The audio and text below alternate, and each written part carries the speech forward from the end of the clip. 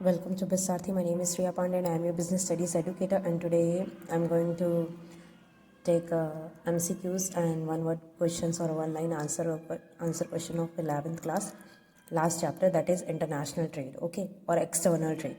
So I have made that question paper and it is like for MCQs and one word kind of question. I will give question also, I will give answers also. Okay, so first question is portfolio investment means. So portfolio investment is basically a company makes an investment in another company by acquiring shares. Okay. So company will take the shares of other companies. That is portfolio investment. Okay. The second one is the international business as it exists today is mainly a result of geographical specialization. International business. See, if there is no geographical, if there is no globalization, how you will do international business? You are doing international business because of globalization. Okay. So cultural difference, of course not, it is a negative point, okay. And language specialization, custom practice, that is out of syllabus. Like third one is the document required to get custom clearance. If custom clearance required for export is, that is shipping bill. Which of the following is not an objective of import trade? See, to meet a customer demand is a positive thing, okay. But here, what the examiner is wanted to ask is that what is not the objective of import trade? To improve standard of living, but this is a positive point ma. Trade inquiry and arrangement, out of syllabus. C1 is procurement of import license or custom clearance, that is the answer, okay.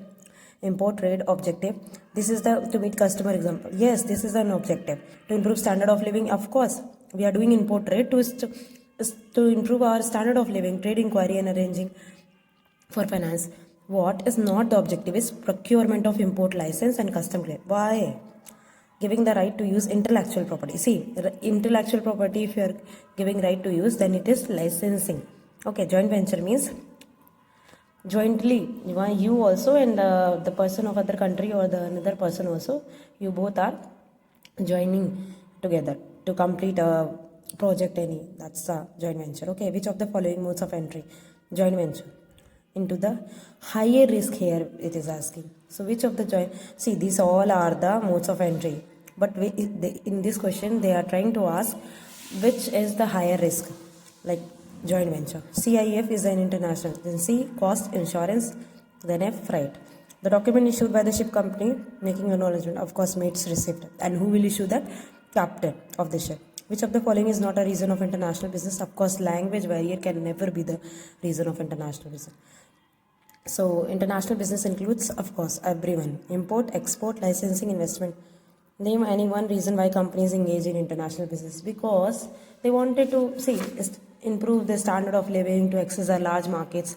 So but you can right answer should be anything. Standard of, to increase the standard of living, to, okay, so to meet the demands, but to access the large market is most suitable answer, okay. So you need to, second one is what is the term of sending the goods to another country? That is export, okay.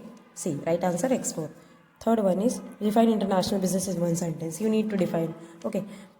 So that is commercial transaction that take place across the national border. You can give that answer according to use. 14th one is name one mode of entry into the international business. Any one you can write. According to any mode of international business, here you can write franchising, licensing, anything. Joint venture you can do, any right. What is an indent? So the 14th one is name one mode of entry into the international business. So basically you can write licensing and all. So what is an indent in international trade? Indent in an international trade. So basically indent is an order, okay. So an order placed by the importer with the exporter for the supply of goods.